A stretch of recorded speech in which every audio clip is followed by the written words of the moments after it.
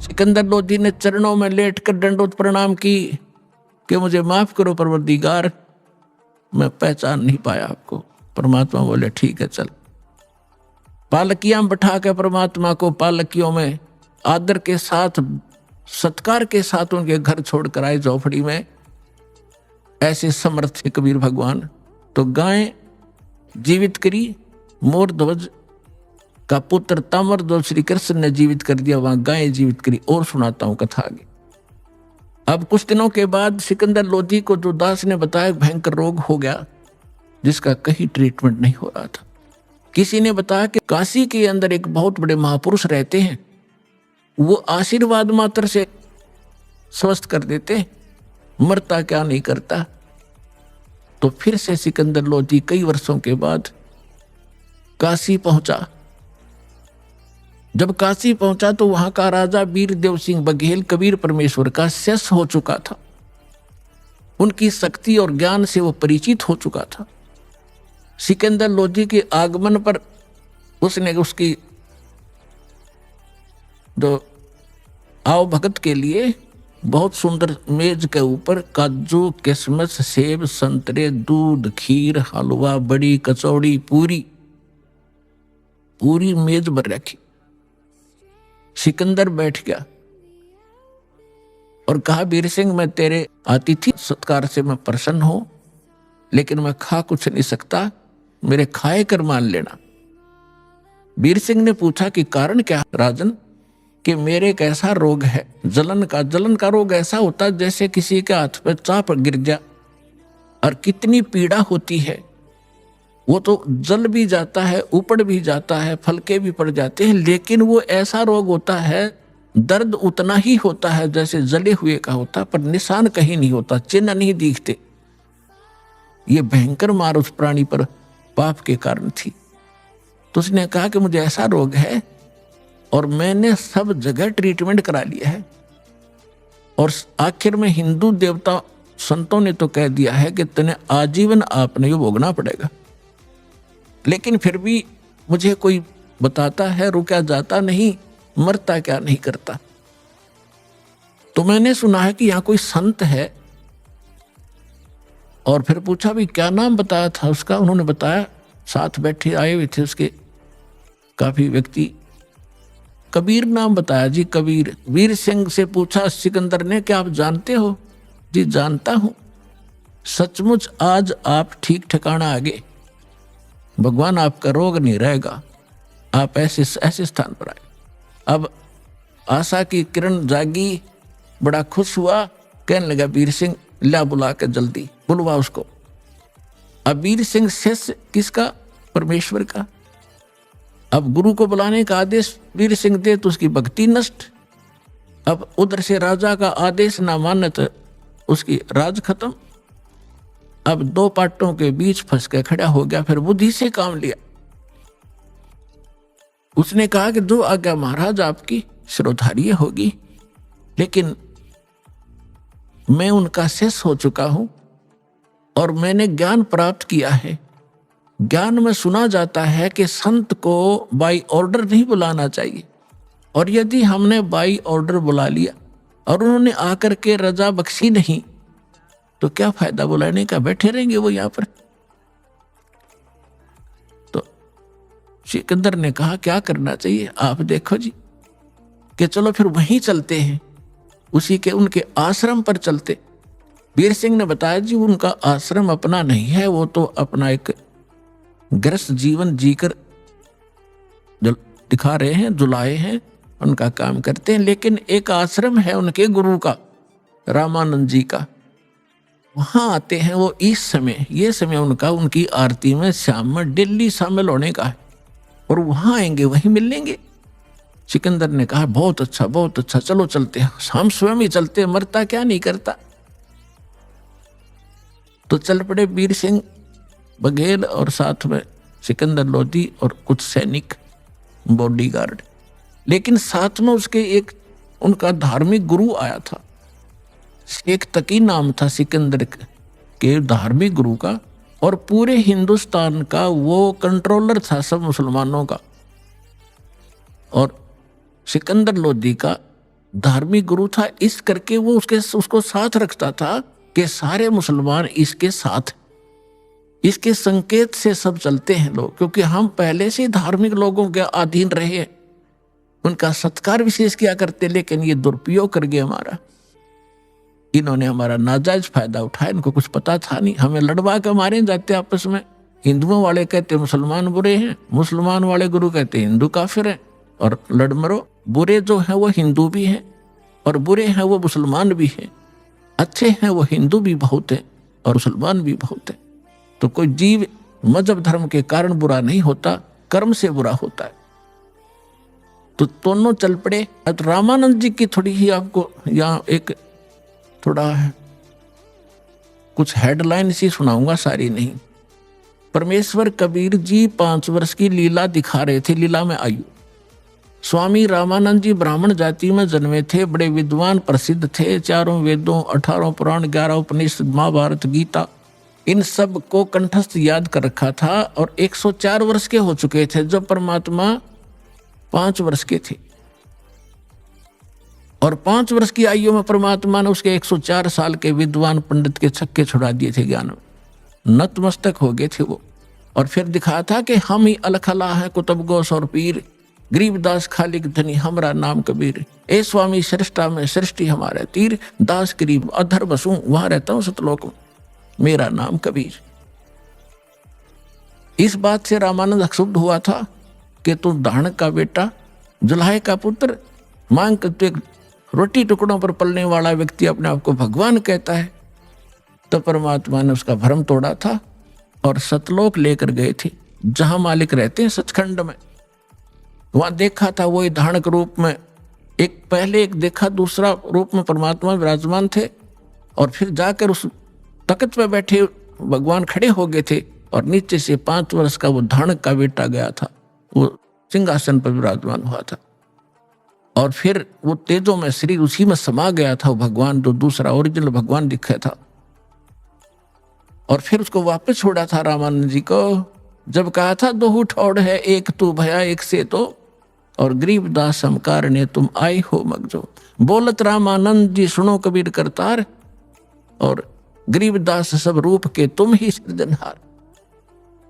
मैं भक्ता मुक्ता भया कर्म कुंड भयो नाश, और गरीबदास निज ब्रह्म तुम पूर्ण ब्रह्म आप ही हो, मेरा हुआ दृढ़ विश्वास। तो उसके बाद रामानंद जी ने सभी ब्राह्मणों से कह दिया था भगवान आगे भाई।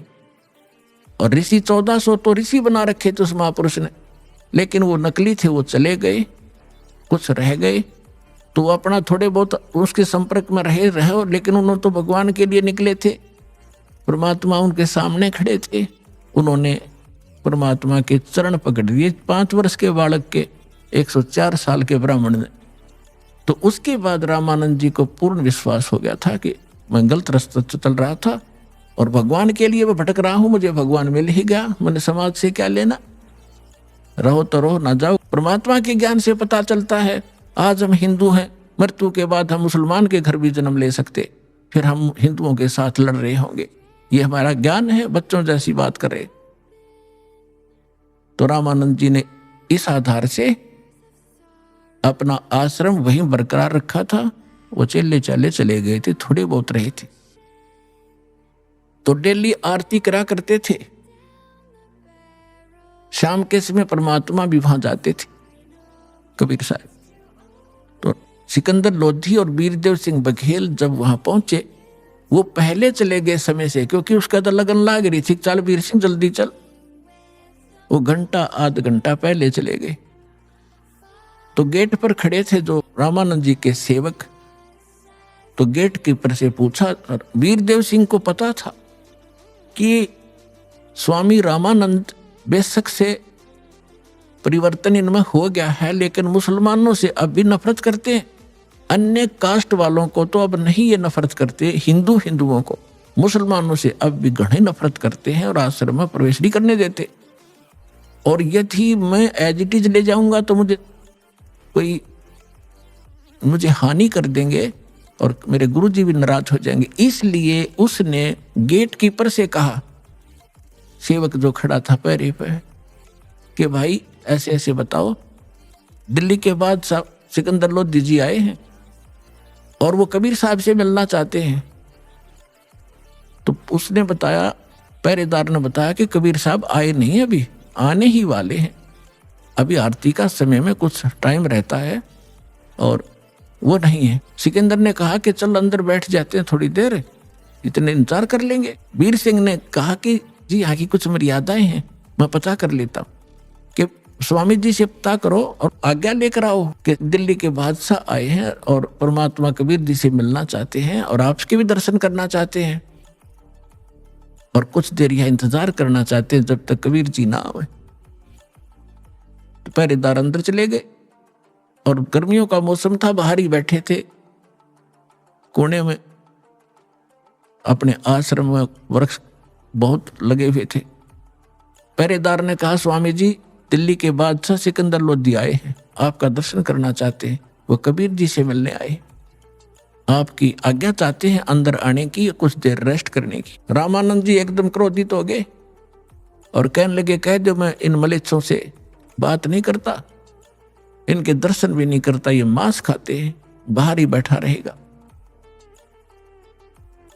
अब ये वहां से सुनाई भी दी थी उनको भी, वीर सिंह को भी और सिकंदर लोधी को भी, जो स्वामी जी ने आवाज निकाली और आके फिर पहरेदार ने बता दी कि जी ऐसे ऐसे कहा, स्वामी जी ने मना कर दिया कि मुसलमानों को हम आश्रम में प्रवेश नहीं करने देते, बाहर इंतजार कर लेगा। अब सिकंदर लोधी, दुर्भाग्य होता है राजा का, इसके अंदर अहंकार गणा होता है। अब संतों के साथ यदि कोई राजा टकराता है तो अंधा गधा होता है, जो रेल की पटरी पर खड़ा होकर उसी को लात मारना चाहता है। सिकंदर लोधी ने वही करा, निकाल कर तलवार और चल पड़ा अंदर कि ये 2 कौड़ी का महात्मा दिल्ली के सम्राट को ऐसी शब्द बोलता है तो आम मुसलमान के साथ ये कैसा बर्ताव करता होगा, इसकी गर्दन काट देता। अब निकाल कर तलवार चल पड़ा। फिर कौन पूछा था, किसकी हिम्मत थी भगत उसको रोक दे, जाके संत की गर्दन काट दी, 2 टुकड़े हो गए। अब ये क्रोध में आदमी करते दे है गलती, लेकिन फिर बाद में बुद्धि आती इसको, और सत्संग में आने के बाद इसको पहले बुद्धि आ जाती है कि ये जो करने जा रहा हूं इसका बहुत भयंकर रजड़ होगा, और जो मनमुखी होते वो करके पछताते हैं। अब सिकंदर लोधी वापस मुड़ लिया, फिर बुद्धि आ गई उसको कि वीर सिंह देख मेरे सारे उल्टे काम हो मेरे से, मैं चाहता हूं कोई पुण्य करना, मुझसे पाप होता है। आया था अपना इलाज कराने के लिए, ये घोर पाप और सिर पर रख लिया, और अब इसके गुरुजी आए, इसके शिष्य आएंगे कबीर जी, गुरुजी की हत्या देखकर वो मुझे श्राप देंगे।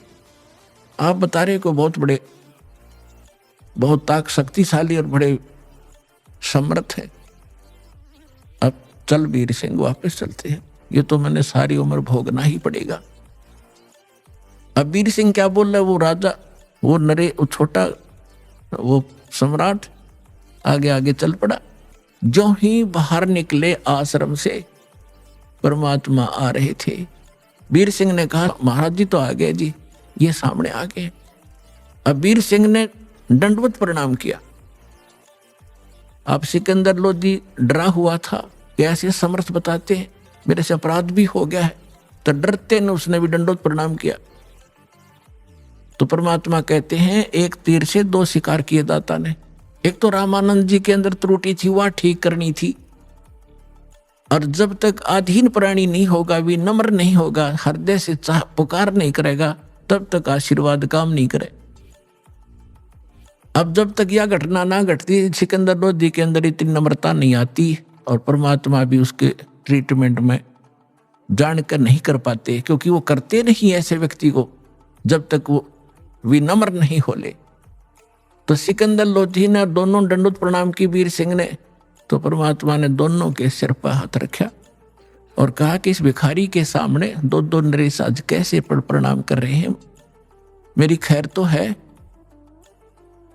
तो ऐसे उन्होंने सिर पे हाथ रखा था और सिकंदर लोधी का वो रोग सुमंत्र हो गया। तुरंत बोलो सतगुरुदेव की जय हो, कबीर भगवान की जय हो।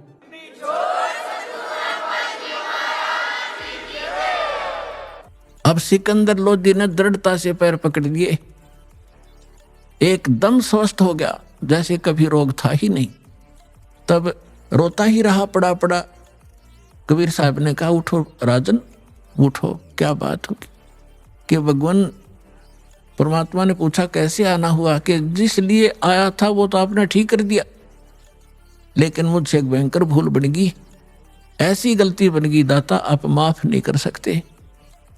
परमात्मा ने कहा, भी बता, कोई भी तेरी गलतियां मैं माफ करता हूं, कोई भी गलती कैसी भी है। खड़ा हो गया, फिर उसने सारी कहानी बताई। जी ऐसे ऐसे हमने प्रार्थना की थी, आपके गुरुजी ने हमारे साथ बद व्यवहार किया, मेरे अंदर नीचता है, मेरे अंदर राज का अहम था, मेरे से गलती होगी, मैंने गुस्से में उनका सिर काट दिया, उनका कत्ल कर दिया, मुझे माफ करो। परमात्मा बोले, कोई बात नहीं राजन, मेरे साथ आ जा, इनका अंतिम संस्कार करा के जाना, नहीं तो लोग तुझे बहुत बुरा भला करेंगे, कहेंगे, और कुछ भी गड़बड़ हो सकती है, आ जाओ, कोई बात नहीं।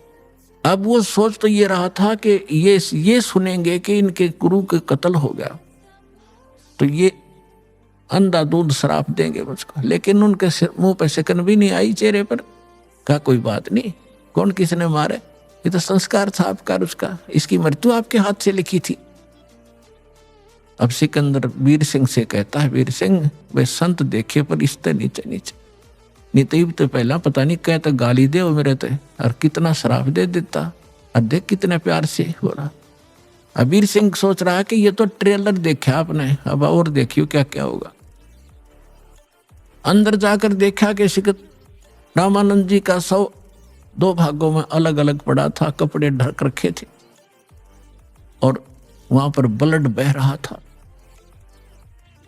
सब जब कबीर साहब अंदर गए तो वहां सेवक जो रहते थे वो दौड़कर आए, कहा कि कबीर जी, सिकंदर लोधी ने गुरुजी का कत्ल कर दिया आज, राजा दिल्ली के बादशाह ने। तो परमात्मा ने कहा, रे भले आदमियों, तुम आज तक ये नहीं समझ सके सन भगत होकर के कौन किसने मारता है, कोई संस्कार था इनका, और कोई बात नहीं, हो गया सो हो गया, बात न बढ़ाया नहीं करते, कोई बात नहीं, चुप रहो। अब इतने में पीछे पीछे सिकंदर लोधी वो आगे, उसको देखकर फिर डर गए सारे, ये फिर आ गया भाई। अब परमात्मा ने चरणों की तरफ, एक पुण्यात्मा हमें शिक्षा दे रहे हैं भगवान कि गुरु के प्रति इतने समर्पित होना चाहिए। आप जी ने, वो तो मालिक थे, उनको जरूरत नहीं थी गुरु की, लेकिन हम दासों का उद्धार गुरु के प्रति ऐसी श्रद्धा बिना हो नहीं सकता। दंडवत प्रणाम किया पैरों की तरफ, और फिर खड़े हुए और कहा, गुरुदेव उठियो, आरती का समय हो गया, और आपके दर्शनार्थ दिल्ली के बादशाह आए। इतना ही कहा था भगवान ने, वो धड़ के ऊपर शीश आके अपने आप लग गया। रामानंद जी सामने बैठ गए, निशान भी नहीं दिखाई दिया कि सचमुच ये कटा था कि नहीं कटा था। बोलो सतगुरुदेव कबीर साहेब की जय।